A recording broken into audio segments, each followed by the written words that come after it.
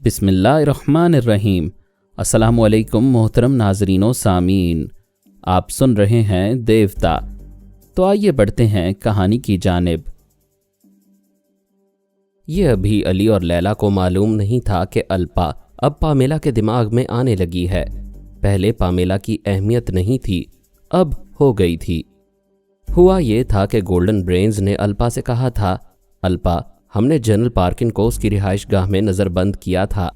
ہو سکتا ہے کسی دشمن خیال خوانی کرنے والے نے جنرل پارکن کو اپنا معمول بنا کر قید سے بھاگنے پر مجبور کیا ہو اور اسے پامیلا کے دماغ تک پہنچایا ہو۔ اگر ایسا ہے تو ہم نے جنرل پارکن کو گرفتار کر لیا ہے، لیکن اس کے پیچھے چھپا ہوا دشمن آزاد ہے۔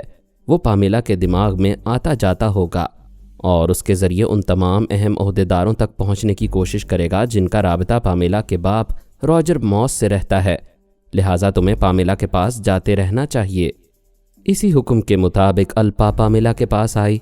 اس وقت پامیلا علی سے باتیں کرتے کرتے سو رہی تھی، یعنی لیلا اس کے اندر چھپ کر اسے سلا رہی تھی۔ لیلا اور الپا کو پتہ نہیں تھا کہ وہ دونوں بیک وقت پامیلا کے اندر موجود ہیں۔ البتہ الپا کو شبہ ہوا کہ پامیلا اپنے شوہر کے ساتھ جاگنے کا ارادہ رکھتے ہوئے اتنی جلدی کیسے سو گئی۔ اس نے اپنے طور پر سمجھا کہ شاید وہی دشمن خیال خوانی کرنے والا پامیلا کے اندر ہو سکتا ہے جس نے پارکن کو ٹریپ کیا تھا۔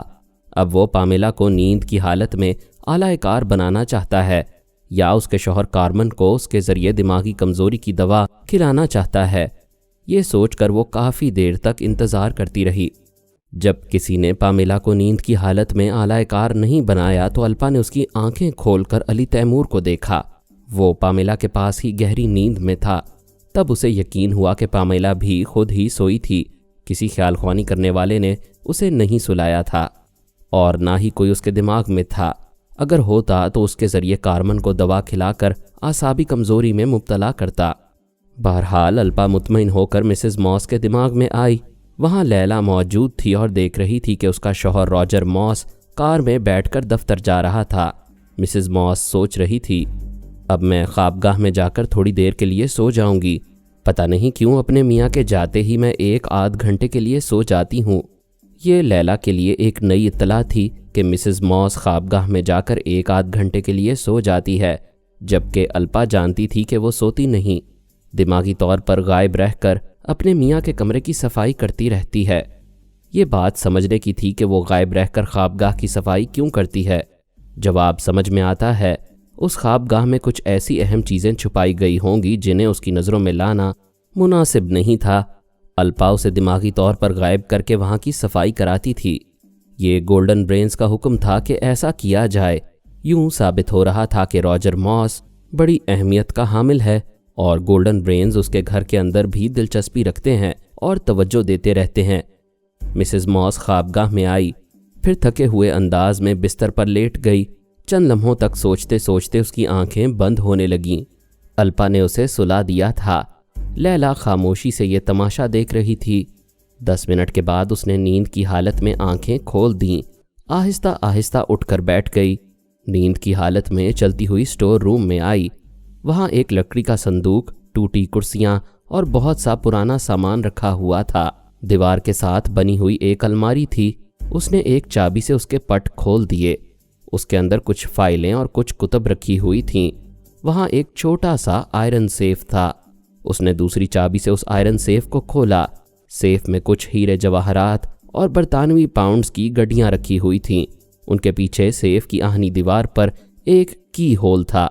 مسز موس نے اس کی ہول میں ایک چابی ڈالی، پھر اسے گھمایا تو الماری کی پچھلی دیوار 2 حصوں میں تقسیم ہو کر کھل گئی۔ کھلے ہوئے دروازے کے دوسری طرف سٹور روم کے برابر دوسرا کمرہ تھا۔ اس کمرے میں ایک بڑے سائز کا کمپیوٹر تھا۔ اسے منسلک دیوار پر ایک سکرین تھی۔ ایک طرف ٹی وی کیمرہ، VCR اور ٹی وی تھا۔ اس سے ثابت ہو رہا تھا کہ راجر موس کی خوابگاہ میں خفیہ ٹی وی کیمراز ہیں۔ جو بھی خوابگاہ میں داخل ہوتا ہے وہ اس خفیہ کمرے کے ٹی وی سکرین پر نظر آتا ہے۔ مسز موس بے خبر تھی۔ بیچاری نہیں جانتی تھی کہ اپنے ہی گھر کے اندر ایک اور کمرے میں آئی ہے اور وہاں کی صفائی کر رہی ہے۔ لیلا اس کے ذریعے ایک ایک سامان کو توجہ سے دیکھ رہی تھی۔ وہاں ایک پرائیویٹ فون اور ٹرانسمیٹر کے علاوہ ضروری فائلیں اور اہم دستاویزات بھی رکھی ہوئی تھیں۔ उन्हें पढ़ने से ही उनकी अहमियत का पता चल सकता था। लैला ने उसके ज़रिए छत को और दीवारों को भी देखा, फिर अली को नींद से जगाकर उस खुफिया कमरे की तफसीलात बताईं। वो खुश होकर बोला, अल्लाह बड़ा कारसाज है, उस माबूद ने मुझे कहाँ से कहाँ पहुँचा दिया। ये रॉजर मॉस यकीनन 6 गोल्डन ब्रेन्स में से एक गोल्डन ब्रेन है। उस खुफिया कमरे को देखकर मैं भी यही समझ रही थी। वैसे अली, हम ये सोच रहे थे कि कोई ज़ेरे ज़मीन अड्डा होगा जहाँ 6 ब्रेन्स आकर बैठते हैं और आला हुकाम और फ़ौज के आला अफसरान से राबता करते हैं। जी हाँ, पहले यही तरीका था, अब उन्होंने तरीक़ाकार बदल डाला है। रॉजर मॉस के इस कमरे को देखकर हम कह सकते हैं कि बाकी 5 गोल्डन ब्रेन्स ने भी अपनी अपनी ख्वाबगाह के साथ ऐसे खुफिया कमरे बनवाए हैं और वहाँ बैठकर कंप्यूटर्स के ज़रिए एक दूसरे से राबता करते हैं। बेटे, इसका मतलब ये है कि तमाम ब्रेन्स एक ही वक्त में एक ही खुफिया अड्डे में तुम्हारे हाथ नहीं आएंगे। तुम्हें हर एक को बारी बारी तलाश करना होगा। जी हाँ, काम बढ़ गया है। इन तमाम को ट्रैप करने में पता नहीं कितने दिन या कितने महीने लग जाएं। तुमने सोचा था 40 रातों में पामेला को टरखा कर अपना काम कर जाओगे, लेकिन अल्लाह ताला को ये मंजूर था कि तुम अपनी दुल्हन से बाकायदा रिश्ता कायम करो और ईमान मुस्तहकम कर लो कि आने वाले लम्हात खुदा की मर्ज़ी से गुज़रते हैं और बंदों की तदाबीर हमेशा काम नहीं आती। ये मशवरा मेरी मामा ने दिया था। वो जनाब अली असदुल्ला तबरेज़ी के हुजूर जानवाए अदब तय करती हैं और उनसे दीन और दुनिया की ईमान अफरोज़ बातें सीखती रहती हैं। आज उनकी ही एक ईमान अफरोज़ हिदायत पर मैंने अमल किया है। मेरा ख्याल है मुझे ज़्यादा देर तुम्हारे पास नहीं रहना चाहिए। अल्पा ने मिसेस मॉस के दिमाग में जगह बनाई है। तुम्हारे पास अचानक आएगी तो हमारा भेद खुल जाएगा। दुरुस्त कहा, आप जाएं, फिर किसी वक्त आ जाएं। लैला मेरे पास आ गई, मुझे वहाँ के तमाम हालात सुनाने लगी। मैंने कहा, मेरे अली की क्या बात है, देखते ही देखते एक गोल्डन ब्रेन को पहचान लिया, लेकिन बाकी 5 ब्रेन्स तक पहुँचने में हमें बहुत वक्त लगेगा। वो बोली, आप अली के पास रहेंगे तो 5 मरहले कुछ आसान हो जाएंगे। मुझे अभी पाकिस्तान में रहना चाहिए। पहले तो भारत और इसराइल की दोस्ती थी, अब इस दोस्ती में अमेरिका शरीक हो गया है। रूस को किसी कदर कमज़ोर बनाने के बाद जमहूरिया चीन के ख़िलाफ़ अपनी सरगर्मियां तेज़ करना चाहता है। एक तरफ वो भारत में रहकर चीन के लिए बहुत बड़ी धमकी बनेगा, दूसरी तरफ अपनी इमदाद के ज़रिए भारत को पाकिस्तान के लिए मुसीबत बनाना चाहेगा। क्या ऐसा हो रहा है? हाँ, मंसूबे तैयार हैं। उन पर इसलिए अमल नहीं हो रहा है कि मैं यहाँ मौजूद हूँ। उन्होंने मुझे पाकिस्तान से निकालने की कोशिश अपने तौर पर कर ली। अब कोई और चाल चलेंगे? लैला ने पूछा, क्या ये चाल नहीं हो सकती कि उन्होंने आपको सरहदी इलाके में मसरूफ़ रखा? ये चाल मुझे पहले ही मालूम हो गई थी। मैं अनजान बनकर आया हूँ। वो समझते हैं पाकिस्तान का सरहदी शहर लाहौर मेरी ज़ात से खाली हो गया है। उनके तो फरिश्तों को भी वहाँ पारस की मौजूदगी का इल्म नहीं। आप पेशावर में कब तक रहेंगे? यहाँ से अचानक ही जाऊँगा। पारस की तरफ से एक ख़ास रिपोर्ट का इंतज़ार है। लाहौर पहुँचते ही मैं पारस को तिल अबीब रवाना कर दूँगा। वहाँ उसकी मौजूदगी से अली की मनाजिल आसान हो जाएंगी। दोनों भाई एक जगह हों तो खासी क़ियामत बर्पा करेंगे। तुम बाबा साहब के इदारे से मालूम करो इसराइल में हमारे जासूस कहाँ कहाँ हैं और पारस किस जासूस की जगह वहाँ जाकर शुबहात से बालातर होकर रह सकता है। दुश्मन 2 तरफा चालें चल रहे थे। एक तरफ मुझे पेशावर से इलाका गैर तक उलझा रहे थे, दूसरी तरफ लाहौर में योगा जानने वालों की टीम पहुंचाई थी। मैं उन्हें खुश करने के लिए पेशावर आ गया था। इसमें मेरी ज़ाती खुशी ये थी कि मैं पाकिस्तान के शुमाली मगरबी इलाकों में जियाले पठानों से मिलना और उनके माहौल में रहना चाहता था।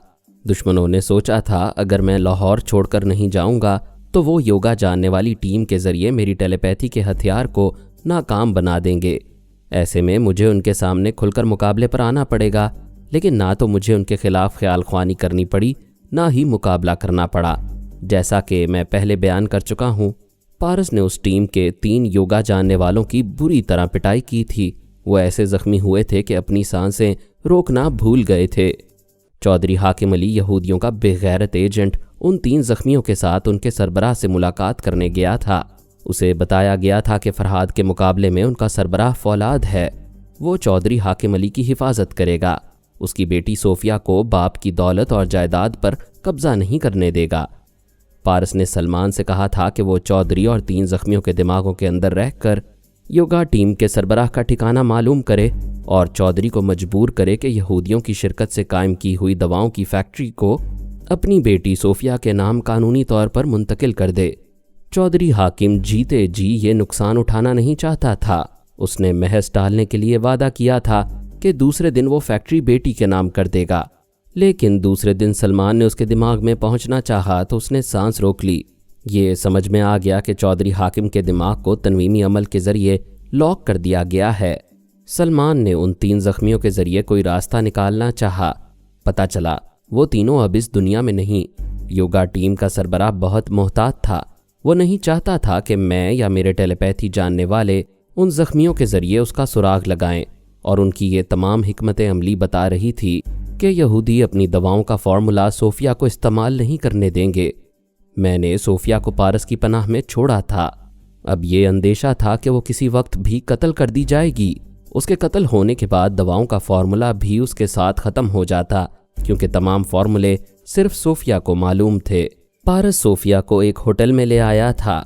वो भी समझ गई थी कि अपनी कोठी में रहेगी तो जान से जाएगी।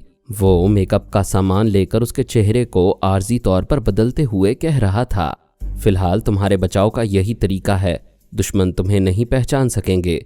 उसने पूछा, क्या हम इसी होटल में रहेंगे? तुम मेरी नहीं अपनी बात करो। मैं हमेशा तुम्हारे साथ रहने के लिए नहीं आया। तुम्हें कहीं भी कुछ रोज़ तन्हा रहना होगा। क्या तुम पाकिस्तानी मुआशरे को नहीं समझते हो? ये यूरोप नहीं है।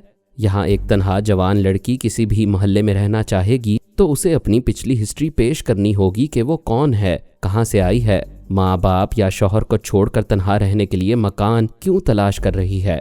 होटल वाले भी शनाख्ती कार्ड तलब करेंगे। वो दुरुस्त कह रही थी। उन्होंने एक फर्निश्ड कोठी किराए पर हासिल की। पारस ने कहा, तुम यहाँ खुद को मसरूफ़ रखो। तुम्हें जितनी दवाओं के फार्मूले याद हैं उन्हें लिखती जाओ। वो बोली, लिखने की क्या ज़रूरत है? वो तमाम तहरीरी फार्मूले मेरे बैंक लॉकर में रखे हुए हैं। तुम वो फार्मूले लॉकर से निकालने जाओगी तो दुश्मनों की नज़रों में आ जाओगी। मुझे उनकी ज़रूरत है। तुम उनका क्या करोगे? मैं दुश्मनों तक पहुंचना चाहता हूं। तुम्हारे नाम से अखबारात में इश्तिहार दूंगा कि एक केमिस्ट और लेडी डॉक्टर सोफिया चंद अहम दवाओं के फार्मूले फ़रोख्त करना चाहती है। जो कंपनियां या डॉक्टर हजरात ख़रीदना चाहते हैं वो डॉक्टर सोफिया को मुखातिब करके अखबारात में अपना नाम, पता और फ़ोन नंबर शाया कराएं। डॉक्टर सोफिया पहले उनसे फ़ोन पर राबता करेंगी। वो बोली, क्या इस तरह दुश्मन सामने आएंगे? वो इश्तिहार पढ़कर सबसे पहले तो तुम्हारे बाप के होश उड़ाएंगे कि तुमने वो फार्मूले फ़रोख्त कर दिए तो आइंदा वो लाखों रुपए नहीं कमा सकेगा। जो दुश्मन तुम्हें कत्ल करने के लिए तलाश कर रहे हैं वो इस ताक में रहेंगे कि तुम फार्मूले फ़रोख्त करने के लिए किन लोगों से मुलाकात करने जा रही हो। क्या मैं ख़रीदारों से मुलाकात करने जाऊंगी? तुम्हारी एक डमी जाएगी। मैं छुपकर उस डमी की निगरानी करूंगा और दुश्मनों को ताड़ने की कोशिश करता रहूंगा। ये तदबीर बहुत उम्दा है, लेकिन दुश्मन नादान नहीं। वो इस चाल को समझ लेंगे। समझने दो, मैं तो तुम्हारे बाप की फितरत समझकर ये चाल चल रहा हूँ। वो बेहद लालची और मुनाफा खोर है। ये कभी नहीं चाहेगा कि तुम वो फार्मूले किसी दूसरी कंपनी को दो। तुम फार्मूलों का सौदा करने जहाँ जाओगी वो तुमसे पहले वहाँ पहुँच जाएगा। हाँ, डैडी ऐसा ज़रूर करेंगे, लेकिन मैं वो फार्मूले कागज़ पर क्यों लिखूं? हम सचमुच उनका सौदा नहीं करेंगे। मैं सचमुच सौदा करूंगा और उनके इवज़ लाखों रुपए लेकर तुम्हें उल्लू बनाकर किसी दूसरे मुल्क चला जाऊंगा। वो हंसते हुए बोली, तुम मेरे पापा के मातहत हो, भला तुम्हें रुपए, डॉलर और पाउंड्स की क्या कमी होगी? मैं लिख रही हूँ मगर सुबह से शाम हो जाएगी। तुम इस दौरान क्या करोगे? मैं अखबारात में इश्तिहार देने जा रहा हूँ। ओह नो, तुम मुझे चारदीवारी में तन्हा छोड़कर बाहर जा रहे हो? मैं तफरीह की गर्ज से नहीं, काम से जा रहा हूँ। तुम काम करते रहना, मैं तुम्हारे साथ तफरीह करती रहूँगी। बिल्कुल नहीं, मैं तन्हा जाऊँगा। मुझे एक लड़की को फांसना है। लड़की फांसने जा रहे हो? शर्म नहीं आती? पराई लड़कियों को बहन समझना चाहिए, लेकिन मर्दों में इतनी शराफत नहीं होती है, इसलिए मैं तन्हा जा रहा हूँ। मैं नहीं जाने दूंगी। ये तुम्हारे पापा का हुक्म है। उनके लिए लड़की तलाश करनी है। क्या पापा के लिए? ओह, मैंने तो कभी सोचा भी नहीं और पापा से पूछा भी नहीं कि इतनी उम्र हो गई है, उन्होंने शादी भी की है या नहीं। शादी क्या खाक करेंगे? तुम जैसी लड़कियों को बेटी बना लेते हैं। किसी बेवा से शादी करना चाहते हैं। एक औरत पसंद आई है मगर वो शादीशुदा है। उसके बेवा होने के इंतज़ार में कवारे बैठे हैं। उस औरत में क्या बात है? अगर वो हसीन है तो यहाँ कितनी ही हसीन बेवाएं मिल जाएंगी। वो औरत सिर्फ हसीन ही नहीं, 4 बच्चों की माँ भी है। वो चौंक कर पारस को देखने लगी। वो बोला, यही तो मसला है, ये आज तक खुद उनकी समझ में नहीं आया कि वो कैसी औरत से शादी करना चाहते हैं। वो इस बात पर गौर करने लगी। जब बात समझ में आई तो उस वक्त तक पारस जा चुका था।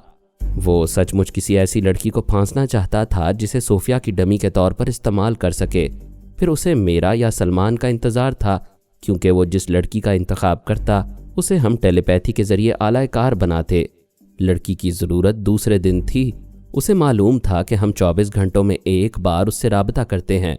मसला सिर्फ ये नहीं था कि एक यहूदी सरमायादार दवाओं के फार्मूलों के ज़रिए पाकिस्तान से करोड़ों रुपए कमा रहा था। मैंने ये मुनाफा रोक दिया था, लेकिन ये एक ऐसा मसला था जिसमें मुझे उलझाया जा रहा था, और दूसरी तरफ दरपर्दा पाकिस्तान के खिलाफ गहरी साजिश जारी थी। भारत जो कभी रूस की आगोश में दूध पीता था, अब अमेरिका की गोद में दूध पी रहा था। सांप को तो बस दूध पीने से गर्ज है, जहां ज़्यादा मिलता है वहां चला जाता है। रूस तकरीबन टूट चुका था, अब अमेरिका को जमहूरिया चीन से अंदेशा था, और भारत को तो रोज़े अव्वल से ही पाकिस्तान खटक रहा है। ये राज नहीं खुल रहा था कि पाकिस्तान एटम बम बना चुका है या नहीं। पाकिस्तानी खतरे से बचने के लिए ये खुफिया मुआहिदा हो चुका था कि अमेरिका भारत को असलहा, जदीद तैयारे और फौजी इमदाद देगा, और भारत अमेरिका को चीन और भारत की सरहद के पास फौजी अड्डे बनाने की इजाज़त देगा। फी ज़माना कोई मुल्क जंग का ख़तरा मोल लेना नहीं चाहता, इसलिए सियासी बयानबाजी के ज़रिए इक़्तिसादी, मुआशी और तहज़ीबी नुकसानात पहुँचाने के लिए अपने एजेंटों और सुराग रिसानों के ज़रिए दूसरे मुल्कों में सुरंगें बनाते हैं और उन्हें खोखला करने की सर्द जंगें लड़ी जाती हैं। हमारे मुल्क में भी भारतीय एजेंट्स और सुराग रिसानों की खुफिया सरगर्मियाँ तेज़ होती जा रही थीं। ये समझना ज़रूरी है कि गैर मुल्की दुश्मनों को हमारे मुल्क में आराम से रहने की जगह कैसे मिलती है। एक तो ये कि हमारे जवान जिन मुल्कों से शादी करके अपनी बीवियां और जवान साथी लाते हैं, उनमें बेशतर जासूस होते हैं। जब तक मियाँ बीवी बनकर रहते हैं, अपनी असलियत जाहिर नहीं होने देते। दूसरा ये कि रातों रात अमीर बनने के ख्वाब देखने वाले लोग रिश्वत लेकर उन गैर मुल्कियों को अपने रिश्तेदार या दोस्त बनाकर अपने घरों में रहने का मौका देते हैं। ये क़याम पाकिस्तान से 1 बरस पहले की बात है। एक हिंदू कायस्थ लाहौर के एक इलाके सनतपुरा में रहता था। वहाँ उन दिनों हिंदुओं की आबादी ज़्यादा थी। उस कायस्थ की एक खूबसूरत बेटी शारदा इकबाल हमीद पर आशिक हो गई थी। इकबाल हमीद भी उसका दीवाना था। जब उनके इश्क का चर्चा होने लगा तो हिंदुओं ने मुसलमानों के खिलाफ बोलना शुरू किया। यूं भी पाकिस्तान कायम करने के लिए नारे लगाए जाते थे, जिसके नतीजे में फ़िरकावाराना फसादात की आग भड़कती रहती थी। 1 बरस के अंदर ये आग पूरे हिंदुस्तान में फैल गई थी। चूँकि तकसीम हिंद के मुताबिक ये मालूम हो चुका था कि लाहौर पाकिस्तान में रहेगा, इसलिए सिख और हिंदू ये शहर छोड़कर भागने लगे। ऐसे ही दंगे फसाद के दौरान शारदा भागकर इकबाल हमीद के घर आ गई।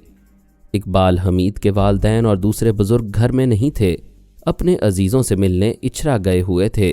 अगर वो होते तो शारदा को उसके माँ बाप के हवाले कर देते, लेकिन जवानी दीवानी होती है।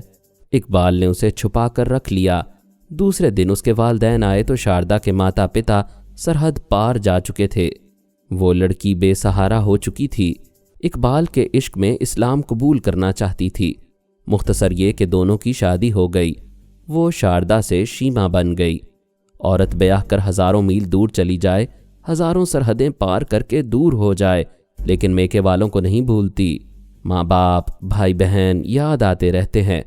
कुछ अरसे बाद पाकिस्तान और भारत के दरमियान डाक का निज़ाम बहाल हुआ तो शीमा यानी शारदा के बाप धनीराम ने इकबाल के वालिद को ख़त लिखा। ख़त की तहरीर कुछ यूँ थी: तुम मुसलमान इंसान नहीं होते, शैतान होते हो। पाकिस्तान बनने से पहले ही तुम लोगों ने मेरी नादान बेटी को बहकाया था।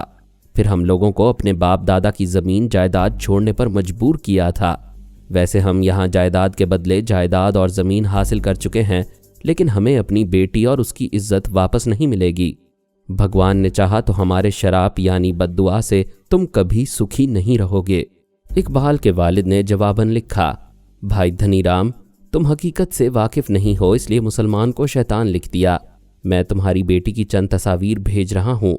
इन तस्वीर में वो अपने दुल्हा के साथ है। अगर ये मेरे बेटे के साथ ना होती तो मैं किस रिश्ते से तुम्हारी गैरत को अपने घर में रखता। اسے بے یار و مددگار گھر سے نکال دیتا تو قدم قدم پر اس کی آبرو خاک میں مل جاتی، یا یہ پاؤں میں گھنگرو باندھ کر کوٹھے پر مجرا کرتی ہوئی دکھائی دیتی۔ تمہیں اپنی عزت جان سے پیاری نہیں تھی، اس لیے تم نے بیٹی کو تلاش نہیں کیا، جان بچا کر اکھنڈ بھارت چلے گئے۔ تمہارے گھر کی عزت کو میں نے اپنے گھر کی عزت بنایا، پھر بھی شیطان کہلایا۔ جبکہ تم اپنی عزت مسلمان کے گھر چھوڑ کر بھاگے، پھر بھی انسان ہونے کا دعویٰ کرتے ہو۔ تم نے مجھے بد دعا دی، مگر میں دعا کرتا ہوں کہ اللہ تعالیٰ تمہیں ایمان دھرم سے سچ اور شرافت کو سمجھنے کی توفیق دے۔ اس خط کے ساتھ شیما نے بھی ماں باپ کو خط لکھا کہ شاردا اسی وقت آدھی مر چکی تھی جب تمہارا گھر چھوڑ کر اقبال کے پاس آ گئی تھی، پھر اس وقت ہمیشہ کے لیے مر گئی جب آپ سب مجھے مسلمانوں کے رحم و کرم پر چھوڑ گئے تھے۔ اس موت کے ساتھ شاردا کا دیہانت ہو چکا ہے۔ اب میں شیما زوجہ اقبال حمید ہوں۔ میں نے ایک نیا جنم لیا ہے، لیکن پچھلے جنم کی ماں، بہنیں اور بھائی بہت یاد آتے ہیں۔ میں اس خط کے جواب میں یہ سننا چاہتی ہوں کہ اگر میں بے حیائی کی موت مر جاتی تو کیا آپ لوگ حیا سے جیتے، یا میں اب عزت سے جی رہی ہوں تو آپ لوگوں کو کیسا لگ رہا ہے؟ اگر مجھے عزت و آبرو سے زندہ پا کر خوش ہیں تو خط و کتابت کے ذریعے عادی ملاقات کرتے رہیں۔ فقط آپ تمام کی شبھ چند تک، شیما اقبال۔ دو ملکوں کے درمیان ڈاک کا نظام بحال تو ہو گیا تھا، لیکن بھارتی جاسوس اپنے دیس میں آنے والے پاکستانی خطوط کو سونگھتے اور ٹٹولتے تھے۔ جس پر شبہ ہوتا تھا وہ خط کھول کر پڑھتے تھے، پھر اس کے مطابق کارروائی کرتے تھے۔ دھنی رام اپنی بیوی اور جوان بچوں کے ساتھ دہلی میں تھا۔ انٹیلیجنس کا افسر ان کے گھر آیا۔ اس نے پاکستان سے آنے والے خطوط کا حوالہ دے کر کہا، ہم اس نتیجے پر پہنچے ہیں کہ تمہاری ایک بیٹی لاہور میں مسلمانوں کے پاس رہ گئی ہے۔ دھنی رام بولا، ہم پر بہت ظلم ہوا ہے، انہوں نے ہماری بیٹی کے ساتھ ہماری زمین جائیداد پر بھی قبضہ جما لیا ہے۔ افسر نے کہا، جو ہوا اچھا ہوا، مسلمانوں کو ظالم نہ کہو، ان سے برابر رشتہ رکھو، شاردا کو شیما تسلیم کر لو۔ ہم وقت اور حالات کے مطابق جیسا حکم دیتے رہیں گے ویسا ہی عمل کرتے رہو، اس میں تمہارا اور تمہارے دیس کا فائدہ ہے۔ اب یہ بتاؤ، یہاں تمہارے کتنے بچے ہیں؟ وہ بولا، میرا ایک بڑا بیٹا ہے، اس کے 2 بیٹے اور 1 بیٹی ہے، اس کے بعد میری 2 بیٹیوں سے بھی 3 بیٹیاں ہیں، آخری بیٹی پاکستان میں رہ گئی۔ افسر نے کہا، یعنی تمہارے 2 پوتے، 1 پوتی اور 3 نواسیاں ہیں۔ اگر تم دیس سیوک ہو تو ان 6 بچوں کو فوجی اسکول میں تعلیم اور تربیت حاصل کرنے دو۔ یہ تو ہمارے لیے بڑی خوشی کی بات ہے۔ ان 6 عدد بچوں کے ماں باپ کو بھی دیس کی سیوا میں لگا دو، یہ ہمارے لیے بڑے فخر کی بات ہوگی۔ تمہارے 1 بیٹے اور 2 بیٹیوں کو لنڈن میں ملازمتیں دی جائیں گی۔ ان تینوں کی آتما ہندو رہے گی، لیکن یہ پاکستان سے آئی ہوئی مسلمان فیملی کی طرح وہاں رہیں گے۔ ان کے نام اور طور طریقے مسلمانوں جیسے ہوں گے۔ ان کے 6 بچے فوجی اسکول میں تعلیم اور جاسوسی کی تربیت حاصل کرنے کے بعد تمہارے پاس مسلمان ناموں سے لنڈن پہنچ جائیں گے۔ ان سب کو بھی وقت اور حالات کے مطابق ہدایات ملتی رہیں گی۔ کسی بھی ملک کی حکومت 1-2 دن کا پروگرام نہیں بناتی، ان کے منصوبے 5 سالہ، 10 سالہ اور 50 سالہ ہوتے ہیں۔ بھارت نے آزادی کے 45ویں سال تک سراغ رسانی کے میدان میں بڑے بڑے کارنامے انجام دیے تھے۔ پاکستانی سیاستدان جب بھی اپنے ملک سے بھاگ کر لنڈن اور پیرس میں پناہ لیتے تو یہ مسلمان بن کر رہنے والے بھارتی جاسوس اسلام کے نام پر انہیں گلے لگاتے تھے، ان کی دلجوئی کرتے تھے اور ان کے پیٹ میں گھس کر پاکستان کے اہم ترین خفیہ رازوں تک پہنچ جاتے تھے۔ میں نے اپنی داستان میں کبھی سیاست پر بحث نہیں کی اور نہ اب کرنا چاہتا ہوں۔ چونکہ پاکستان میں ہوں اور بھارتی سراغ رسانوں کا سراغ مجھے ملتا جا رہا ہے، اس لیے میں نے یہ مختصر سا سیاسی پس منظر پیش کیا ہے۔ یہاں اقبال حمید اور شیما کے بچے ہوئے، پھر ان بچوں کے بچے ہوئے، اس عرصے میں 2 نسلیں جوان ہوئیں۔ یہ جوان بچے بھی اعلیٰ تعلیم کے لیے یا کاروبار کے لیے لنڈن اور پیرس گئے۔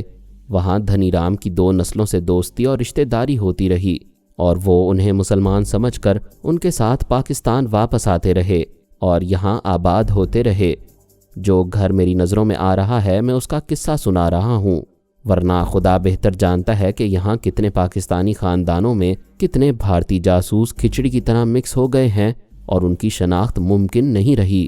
ایک ٹیلی پیتھی ہی ایسا ایکس رے ہے جس سے ان کے اندر کا بھید معلوم ہو سکتا ہے۔ اقبال حمید اور شیما کے پوتے پوتیاں، نواسیاں اور نواسے جوان ہو گئے تھے۔ یعنی بہت اندر کی بات یہ ہے کہ شیما کی جو بہویں لندن سے آئیں وہ اس کی ہندو بہنوں کی بیٹیاں تھیں، اور جو داماد لندن پیرس سے آئے وہ شیما کے ہندو بھائی کے بیٹے تھے۔ یہ وہی بہویں اور داماد تھے جو بھارت کے فوجی اسکول سے تعلیم اور جاسوسی کی تربیت حاصل کر کے لندن گئے تھے۔ انہوں نے اپنی اولادوں کو یعنی اقبال حمید اور شیما کے پوتے پوتیوں اور نواسیوں اور نواسوں کو ایسا سکھایا پڑھایا کہ ان کے ناموں اور جسموں کو مسلمان رکھا، لیکن ان کی آتماؤں کو کٹر ہندو اور بھارتی بنا ڈالا۔ کون جانتا ہے یا جان سکتا ہے کہ ہمارے سامنے والا اندر سے کیا ہے؟ اسے جاننے کا بس ایک ہی کلیہ ہے کہ باہر سے آنے والے مال میں کھوٹ ہوتا ہے، وہ کتنا ہی کھرا نظر آئے شبہات سے بالا تر نہیں ہوتا۔ اقبال حمید کا بڑا بیٹا رانا حمید یوگا کا ماسٹر کہلاتا تھا، اچھا خاصا باڈی بلڈر تھا۔ اس کا نظریہ یہ تھا کہ ہندوستان کے ٹکڑے نہیں ہونے تھے، پاکستان نہیں بننا چاہیے تھا۔ وہ کہتا تھا انسان کے ٹکڑے نہیں کیے جا سکتے، جسم سے دو ہاتھوں کو الگ نہیں کیا جا سکتا۔ اسی طرح پاکستان بھی ہندوستان کا نہ ٹوٹنے والا حصہ ہے۔ اگر خدا نخواستہ یہ دوبارہ ہندوستان میں شامل ہو جائے تو مسلمانوں کی طاقت میں زبردست اضافہ ہوگا۔ ہندوستان اور پاکستان کے مسلمان متحد ہو کر بہت بڑی اکثریت بن کر پورے شمالی ہندوستان پر حکومت کر سکتے ہیں۔ وہ صاف طور سے یہ نہیں کہتا تھا کہ بھارت پاکستان کو اپنا پہلا اور آخری دشمن سمجھتا ہے، 2 بار طاقت سے اسے مٹانے کی ناکام کوششیں کر چکا ہے۔ بڑی خوش فہمی تھی کہ سابقہ مشرقی پاکستان بھارت کا پھر سے ایک حصہ بن جائے گا، لیکن وہ آزاد بنگلہ دیش بن گیا۔ ہمارے بزرگوں نے اسلامی ریاست قائم کرنے کے لیے پاکستان بنایا تھا۔ ہندوستان کی سازش سے مشرقی پاکستان نہیں رہا، لیکن بنگلہ دیش کے نام پر آج بھی وہاں اسلامی حکومت قائم ہے اور وہاں ہندو تہذیب کا داخلہ ممنوع ہے۔ اس ناکامی کے بعد پاکستان پر 2 طرفہ حملوں کی تیاریاں ہو رہی تھیں۔ ایک تو امریکہ سے گٹھ جوڑ کے ذریعے بھارت ایشیا میں فوجی قوت بڑھا رہا تھا، دوسری طرف پاکستانی عوام کے دماغوں میں یہ نظریہ ٹھونس دیا تھا کہ خدا نخواستہ پاکستان کو مٹا کر مسلمان بھارت میں ہندوؤں کے ساتھ حکومت کر سکتے ہیں، جبکہ پاکستان کا مقصد صرف علیحدہ حکومت نہیں، اسلامی حکومت قائم کرنا ہے۔ ہندوؤں کے اشتراک سے کوئی مسلمان صدر یا وزیر اعظم تو ہو سکتا ہے، لیکن سیکولر بھارت میں اسلامی قوانین نافذ نہیں کر سکتا۔ بات صرف بھارتی سراغ رسانوں کی نہیں، ہمارے حکمرانوں کی بھی ہے۔ جو حکمران اسلامی قوانین کے نفاذ میں ٹال مٹول کرتے ہیں وہ بھی درپردہ بھارتی ایجنٹ ہوتے ہیں۔ یوگا ماسٹر رانا حمید کا ایک بیٹا اور 2 بیٹیاں تھیں۔ یہ تینوں بیٹا اور بیٹیاں بھی یوگا کے ماہر تھے۔ بیٹا رانا جمشید سیاست دان تھا، اسمبلی میں پہنچنے کی کوشش کر رہا تھا۔ بیٹی ریحانہ حمید انجمن خواتین کی چیئرپرسن تھی اور نمائش کی عادی خواتین کے درمیان اینٹی نظریات کا زہر پھیلاتی آ رہی تھی۔ ایک اور بیٹی رخسانہ 2nd ایئر میں تھی اور ایک طلبہ و طالبات کی یونین میں رہ کر یونیورسٹی میں سیاسی ہنگامے کراتی تھی۔ اب ایک نیا یوگا ماسٹر ایبی ڈیوڈ آیا تھا۔ وہ یہودی تھا۔ وہ اپنے نام کے عربی ترجمہ ابو داؤد کے مطابق داؤد کہلاتا تھا۔ بھارت کی خفیہ تنظیم را کی پاکستانی برانچ کا چیف تھا۔ اس نے لاہور پہنچ کر ایسی ٹیم بنائی تھی جس کا ہر فرد یوگا کا ماہر تھا۔ اس میں رانا حمید اور اس کا بیٹا رانا جمشید، بیٹی ریحانہ اور رخسانہ وغیرہ خاص اہمیت رکھتے تھے۔ ظاہر ہے یوگا جاننے والوں کی جماعت اس لیے بنائی گئی تھی کہ میری ٹیلی پیتھی سے محفوظ رہیں۔ ابو داؤد کا خیال تھا کہ میں کسی بھی ٹیم کے ممبر کو اعلی کار نہیں بنا سکوں گا، نہ ابو داؤد تک پہنچ پاؤں گا، نہ کبھی خفیہ تنظیم را کی موجودگی اور اس کی پلاننگ کو سمجھ سکوں گا۔ پارس نے صوفیہ کی کوٹھی میں اسی تنظیم کے 3 افراد کو بری طرح زخمی کیا تھا اور ان یوگا جاننے والوں کے دماغوں میں سلمان کو پہنچایا تھا۔ پتہ چلا وہ اپنی ٹیم کے سربراہ ابو داؤد کا اور را تنظیم کا نام نہیں جانتے۔ اس کے باوجود ابو داؤد کے حکم سے تینوں کو شوٹ کر دیا گیا تھا، شاید اس لیے کہ وہ ناکام شکست خوردہ ماتحتوں کو پسند نہیں کرتا تھا، یا پھر اس لیے کہ وہ تینوں صوفیہ کے مددگار پارس کی نظروں میں آ گئے تھے۔ وہ مددگار ان تینوں کے ذریعے دوسرے ماتحتوں کو پہچان سکتا تھا اور انہیں بھی زخمی کر سکتا تھا۔ اصل اندیشہ یہی تھا کہ ان زخمیوں کے دماغوں میں فرہاد پہنچ سکتا ہے۔ پچھلے 2 دنوں سے ابو داؤد میری طرف سے بے فکر تھا۔ اسے معلوم تھا کہ میں صوبہ سرحد میں مصروف ہوں۔ وہ چاہتا تھا میں جب بھی لاہور واپس آؤں پھر صوفیہ اور اس کے باپ چودھری حاکم علی حاکم کے معاملات میں الجھ جاؤں اور اسی خوش فہمی میں رہوں کہ پاکستان سے کاروباری منافع حاصل کرنے والوں کے راستے بند کر چکا ہوں۔ یہ درست ہے، میں کچھ روز پہلے تک خفیہ تنظیم را کی سرگرمیوں سے بے خبر تھا۔ یہ جو کچھ بیان کر رہا ہوں مجھے یہ بعد میں معلوم ہوا تھا۔ ڈاکٹر محمد انیب سلیمی کے ساتھ مزید اقساط سننے کے لیے ہمارے چینل کا سبسکرائبر بنیں اور ساتھ ہی بیل آئیکن کو کلک کریں تاکہ آپ کو ہر آنے والی نئی ویڈیو کے متعلق نوٹیفیکیشنز ملتی رہیں۔ ہماری ویڈیوز کو لائک اور شیئر کریں اور ہمیں اپنی دعاؤں میں یاد رکھیے گا۔ ISI اور پاک آرمی زندہ باد، پاکستان پائندہ باد۔ ہم پھر ملیں گے انشاءاللہ ایک نئی قسط کے ساتھ، تب تک کے لیے اللہ حافظ۔